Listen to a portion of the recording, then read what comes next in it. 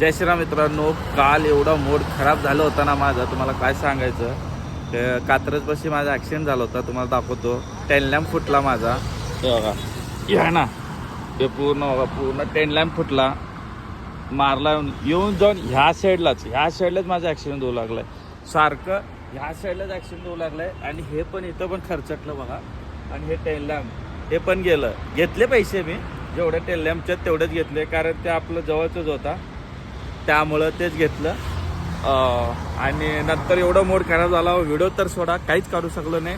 नंतर हडपसरला एक ताई भेटल्या, आपले व्हिडिओ बघतेच म्हणून. मग त्यांच्याशी बोलणं वगैरे झालं, थोडंसं मूड बरं वाटलं.